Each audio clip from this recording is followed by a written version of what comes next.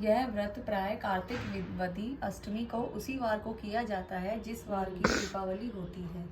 इस दिन स्त्रियों की आरोग्यता और दीर्घायु प्राप्ति के लिए अहोई माता का चित्र दीवार पर मानकर पूजन किया जाता है। विधि: अहोई का व्रत दिन भर किया जाता है। जिस समय तारामंडल आकाश में उदय हो जाए उस समय वहाँ एक जल का लोटा रखकर चांदी की स्याऊ और 2 गुड़िया रखकर मौली नाल में पिरो लेवें। तत्पश्चात रोली चावल से अहोई माता के सहित स्याऊ माता का अर्चे और सीरा आदि का भोग लगा कर कहानी सुने। कथा: एक नगर में साहूकार रहा करता था। उसके 7 लड़के थे।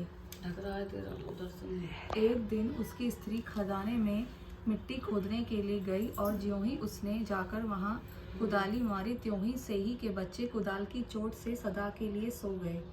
इसके बाद उसने कुदाल को स्याहू के खून से सना देखा तो उसे सेही के बच्चे मर जाने का बड़ा दुख हुआ, परंतु वह विवश था क्योंकि वह काम उसने अनजाने से हो गया था।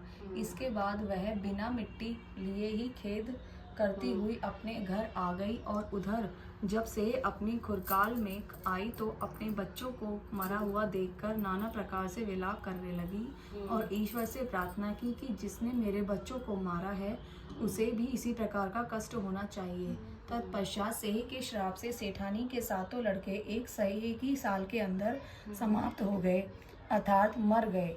इस प्रकार अपने बच्चों को असमय काल के मुंह में समाये जाने पर सेठ सेठानी इतने दुखी हुए कि उन्होंने किसी तीर्थ पर जाकर अपने प्राण गंवा देना उचित समझा।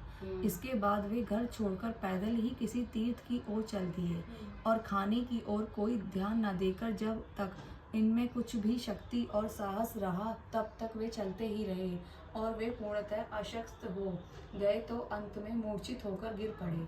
उनकी दशा देखकर भगवान करुणा सागर ने उनको मृत्यु से बचाने के लिए उनके पापों का अंत किया और इसी अवसर में आकाशवाणी हुई, हे सेठ, तेरी सेठानी ने मिट्टी खोदते समय ध्यान न देकर सेही के बच्चे मार दिए।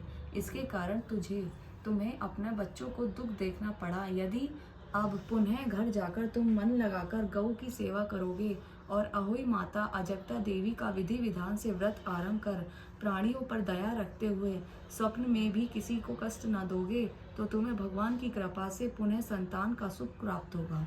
इस प्रकार आकाशवाणी सुनकर सेठ सेठानी कुछ अश्वान्वित हो गए और भगवती देवी का स्मरण करते हुए घर को चले गए। इसके बाद श्रद्धा भक्ति से न केवल अहोई माता के व्रत अपितु गौ माता की सेवा करना भी आरंभ कर दिया तथा जीवों पर दया भाव रखते हुए क्रोध और द्वेष का सर्वथा परित्याग कर दिया। ऐसे करने के पश्चात भगवान की कृपा से वे सेठ सेठानी 7 पुत्रों वाले होकर अगणित पौत्र सहित संसार में नाना प्रकार के सुखों को भोग कर स्वर्ग चले गए। शिक्षा: बहुत सोच विचार के बाद भली प्रकार निरीक्षण करने पर ही कार्य का आरंभ करो और अनजाने में भी किसी प्राणी की हिंसा मत करो।